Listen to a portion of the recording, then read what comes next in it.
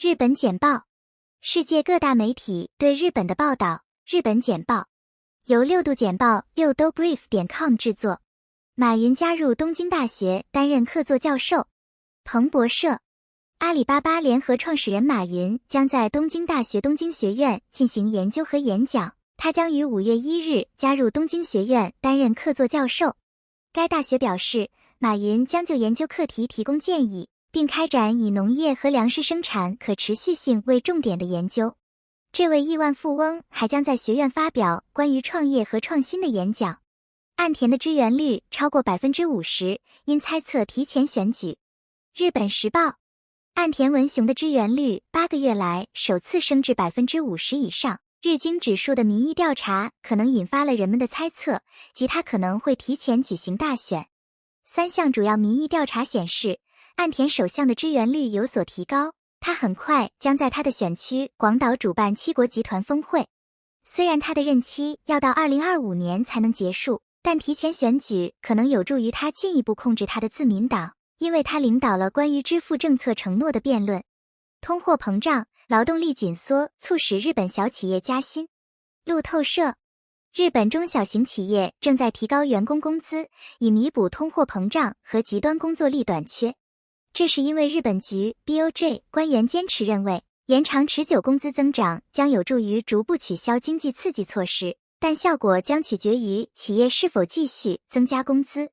超过 20% 的公司计划今年将工资提高 4% 以上，而奖金越来越多地用于奖励员工。冲绳 6.2 级地震震动。日本时报5月23日星期一中午12点22分，冲绳穗岛地区附近发生了 6.2 级地震，其测量值为2级。新道是日本的地震烈度等级。地震发生后，冲绳县部分地区发布了海啸预报，其中提到了海平面可能略有变化的可能性。整个日本都位于火山和断层线的弧形上，被称为火环。然而，最近，日本一直担心东京附近的地震。自2011年 9.0 级地震和海啸以来，日本政府一直在努力寻找一种预测资源的方法，以挽救生命。研究人员在海洋底部的断层线上安装了一个观测系统，在那里积累了压力。当应力达到7级地震的水准时，观测系统将提前几天将数据发送到地面，发出地震预警。地震不仅在日本令人担忧。2014年底，灾难建模人员预测，随着最近设备和人员涌入奥克拉荷马州的油田，地震的风险将在未来几年内上升。事实证明，这一预测是正确的，因为数据显示地震的数量急剧增加。去年5月，奥克拉荷马州公司委员会做出了前所未有的决定，指示石油钻探者减少他们处理的废水量，这增加了断层线的压力。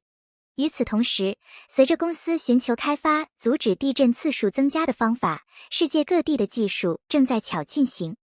在去年一个极具争议的举动中，来自英国的科学家宣布，他们将使用液化石油气 LPG 刺激兰开夏郡下方的岩层，看看它们是否可以提取页岩气。然而，由于其采矿和沉降问题的历史，整个西北部都担心水力压裂本身可能会对该地区的地质产生致命影响。昨天，2016年5月23日，在 Quadrilla 的 Preston New Road 水力压裂现场附近检测到 2.3 级震颤。展望未来，日本将告别棒球的过去。纽约时报，一项雄心勃勃的重建计划要求将东京市中心的明治神宫体育场夷为平地，取而代之的是现代化的设施。棒球历史爱好者和环保主义者仔细审查了重建计划，他们担心开发将如何影响该地区历史悠久的绿地金宫盖院区。明治神宫是日本第2古老的体育场，曾举办过各种国际运动员和赛事，但随着时间的推移，它已经过时了。新计划是对所涉及的体育场馆进行现代化改造，这些体育场馆已经过时，并在2个体育场之间建立更好的联系，同时成为旅游、高层开发和体育主办的枢纽。重建项目计划于2036年完成。该计划引起了人们的关注，因为橄榄球和棒球这2个新设施将毗邻一条著名的百年银杏树大道。批评人士说，拟议的开发将影响周围的环境和野生动物。日本九角烧烤连锁运营商策划大举海外进军。日经亚洲，日本餐饮公司 Cload 计划到2030年3月将其海外业务从约130个地点扩大到700个，重点是阿拉伯联合大陆和埃及等日本料理越来越受欢迎的市场。该公司的产品群组包括 JOKKU 烧烤连锁店。乒乓球明星3届奥运会奖牌得主石川霞宣布退役。日本时报，3届奥运会奖牌得主和5届全国乒乓球单打冠军石川霞宣布退役，享年30岁。他是2012年伦敦奥运会日本银牌队的一员，这是日本第1枚奥运会乒乓球奖牌。4年后，在里约热内卢，他在同一场比赛中获得铜牌，然后在2021年东京再次获得银牌。石川还在2017年世锦赛上与同胞吉村真春一起夺得混双冠军。虽然他已经退役，但石川似乎在保持乒乓球的精神。他说他想通过不要忘记我从乒乓球中学到的精神来接受更多的挑战。他曾担任东京奥运会日本代表团副队长，在国际比赛和日本推广乒乓球方面发挥了主导作用。